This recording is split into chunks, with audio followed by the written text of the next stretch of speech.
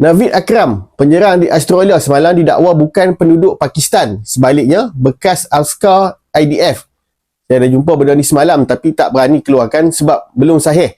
Tapi makin banyak pula dakwaan begini. Khabar angin yang sedang beredar mendakwa Naveed Akram sebenarnya David Cohen, seorang bekas askar IDF. Kemudian ada pihak yang buat perbandingan wajah antara penyerang dengan individu bernama David Cohen ni menggunakan AI Gemini, dan hasilnya kata mereka kemungkinan besar orang yang sama. Akaun Facebook David Cohen yang dijadikan rujukan dalam beberapa screenshot ni tak dapat dikesan sama ada ia telah dipadamkan ataupun memang tak pernah wujud.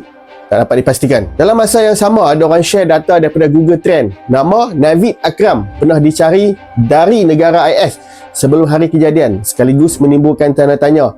Bukan itu saja, terdapat juga pencarian berkaitan alamat lokasi kejadian piu-piu ni yang dikesan dilakukan sebelum insiden berlaku. Dalam semua cerita kekecohan ni, ada seorang lelaki bernama Naveed Akram, warga negara Pakistan yang juga tinggal di Sydney, menjadi mangsa fitnah hanya kerana nama hampir sama.